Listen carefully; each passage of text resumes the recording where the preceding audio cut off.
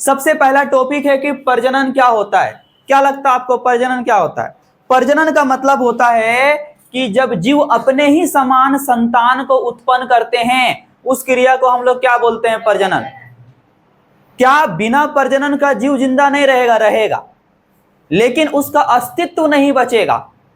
समझ में नहीं आ रहा? ध्यान से सुनो। हम आपको कह रहे हैं कि जो पेड़ पौधा है, जैसे आम का पेड़, क्या उस आम के पेड़ से आम का पेड़ आता है कि नहीं आता है? आता है।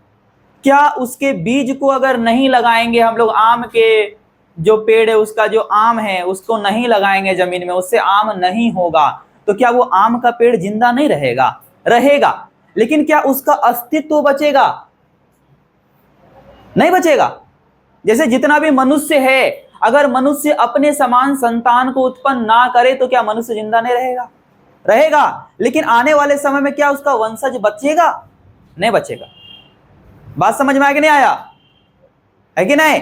तो प्रजनन किसके लिए जरूरी होता है? प्रजनन होता है अपने अस्तित्व को बचाने के लिए। किसके लिए? अस्तित्व को।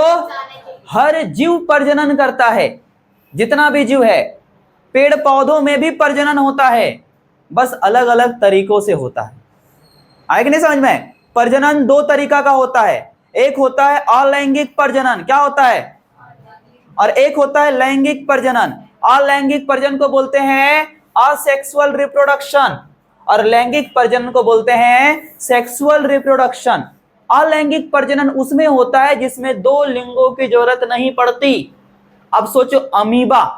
अमीबा तो आप जानते हो, ये एक कोशिकीय जीव है। कैसा जीव है?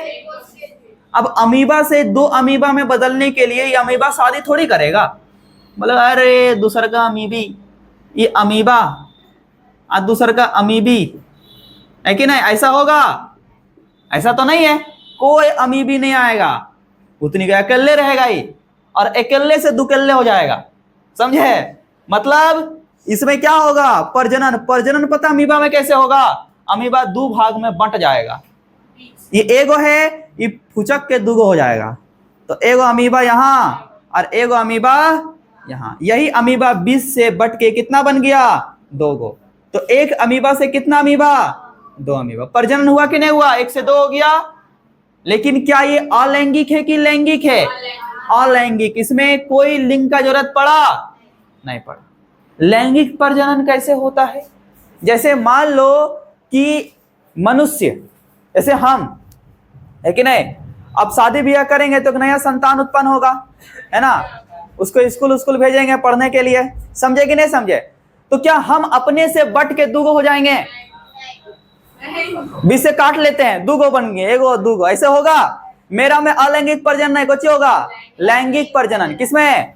लैंगिक प्रजनन। तो 2 लिंगों की जरूरत पड़ेगी, 2 लिंगों की जरूरत, उसको क्या बोलते हैं? लैंगिक प्रजनन। क्या बोलते हैं?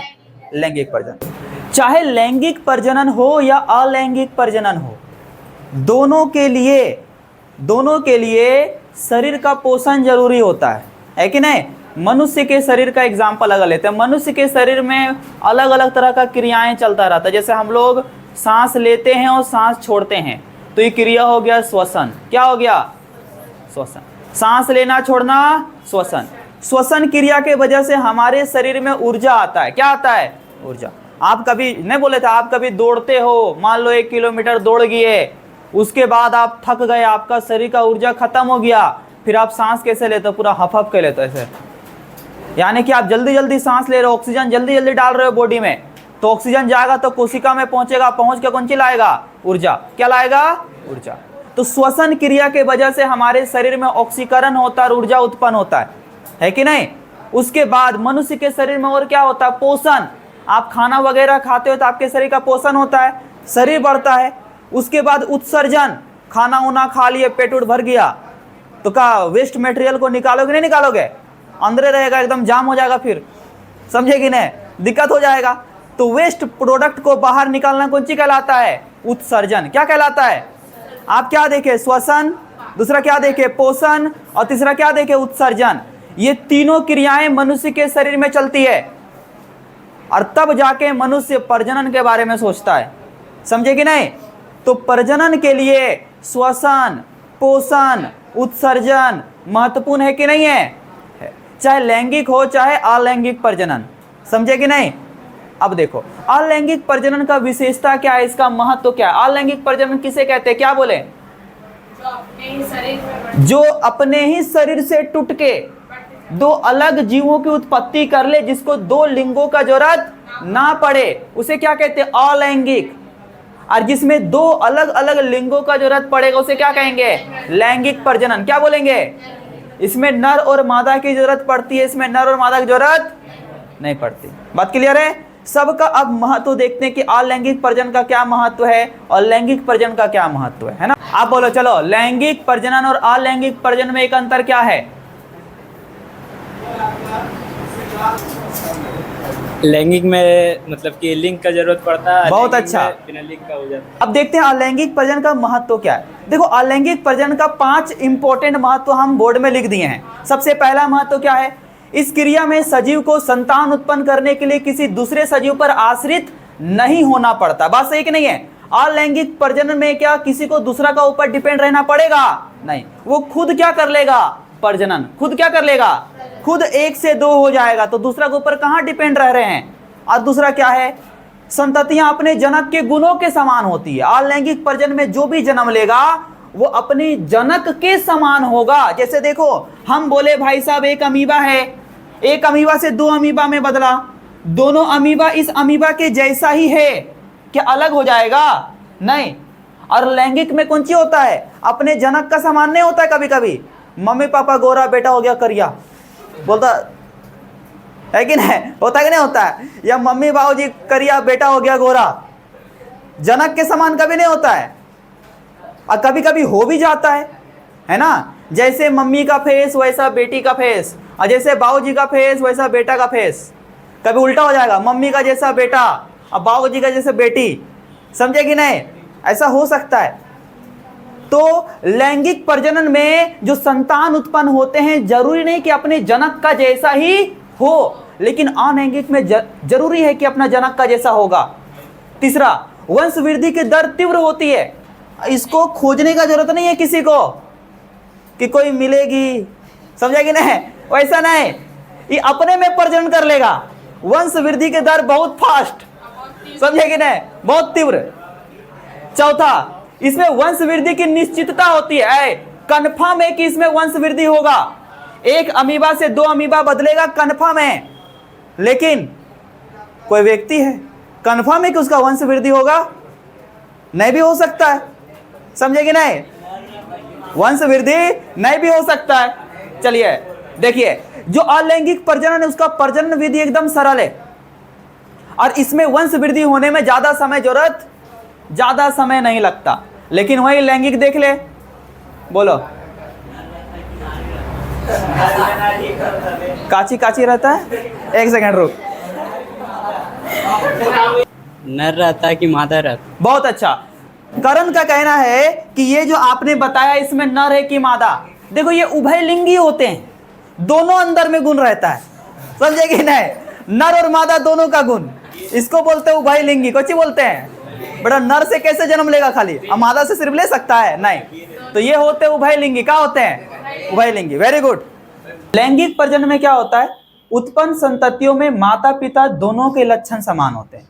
लैंगिक प्रजनन से जो संतान उत्पन्न होता है उसे माता का भी लक्षण और पिता का भी लक्षण होता है कि नहीं होता है?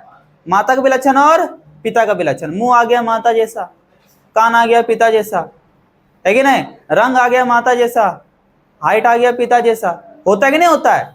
कभी चेहरा माता जैसा। तो माता पिता दोनों के लक्षण क्या होते हैं? उपस्थित होते हैं। बाद में आपको बताएंगे कुछ अनुवांशिक बीमारियां होती है जो कि माता पिता से हमारे अंदर भी आ जाते हैं, अनुवांशिक बीमारी, समझे कि नहीं? देखो, इस विधि द्वारा उत्पन्न संततियों में विभिन्नताएं होती है। अब जो संतान उत्पन्न लिया क्या एक डुप्लीकेट माता पिता जैसा है, एकदम मम्मी बाबूजी जैसा लग रहा है, तब तो हमेशा पहचान लगा रहे इसी का बेटा, इसी का बेटा, इसी का बेटा। कभी कभी अलग होता है कि नहीं होता है? चेहरा में अलग हो जाता है। तो जो संतान उत्पन्न होती है उसमें विभिन्नताएं भी आती है, वैरायटी भी आता है। अच्छा, वातावरण के साथ व्यवस्थित होने में क्षमता अधिक होता है। लैंगिक प्रजनन से जो संतान उत्पन्न होता है वो वातावरण के साथ अपने आप को अनुकूलित कर लेता है। आप देखिएगा बहुत सारा जीव होगा जो अनुकूलन कर लेगा, और जो अनुकूलन नहीं कर पाएगा वो क्या होगा? जो अनुकूलन नहीं कर पाएगा वो खत्म हो जाएगा, है ना। इस धरती पर वही बचता है जो अपने आप को संघर्ष करके बचा लेता है, और जो संघर्ष नहीं कर पाया वो क्या हो जाएगा? खत्म। समझे कि नहीं? जैसे पेंगुइन देखो, उसके शरीर में बहुत सारा रुआ टाइप का होता है ना। ठंडा में कुछ ही करता है, वो बच जाता है। और हम लोग यहाँ पर देखो कुत्ता, एकदम छिलल कुत्ता जैसा लगेगा, उसका शरीर में रुआ आ जाएगा एकदम भयानक, तो क्या बच पाएगा? इतना गर्मी इससे खत्म हो जाएगा। समझे कि नहीं? गर्मी में स्वेटर पहन के घूर रहा कुत्ता, कैसा लगेगा? बर्दाश्त कर पाएगा? और वहीं ठंडा इलाका कुत्ता देखो एकदम तनी को रहेगा, इतना रुआ रहेगा, इतना बड़का लगेगा एकदम देखे में, है ना। छिल दो कभी तो चूहा जैसा निकल जाएगा कुत्ता। समझे कि नहीं? तो इस तरह करके होता है।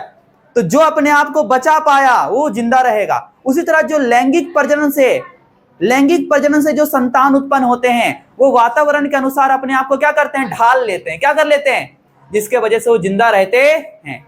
लैंगिक प्रजनन से उत्पन्न संतानों में रोग प्रतिरोधक की क्षमता अच्छा होती है। रोग प्रतिरोधक मतलब बीमारी से लड़ने की क्षमता, है ना। आप क्या तुरंत बीमार पड़ जाते हो? नहीं, आपके अंदर रोग प्रतिरोधक की क्षमता है कि नहीं? ये बीमारी से लड़ने की क्षमता है। छोटका मोटका बीमारी आएगा, इलाज नहीं कराएगा फिर भी ठीक हो जाएगा, क्योंकि हमारे शरीर में उसके क्या है? लड़ने से क्षमता है, लड़ने के लिए क्षमता है। तो वो किस में होता है? लैंगिक प्रजनन से उत्पन्न संतानों में होता है। बात समझ में आया?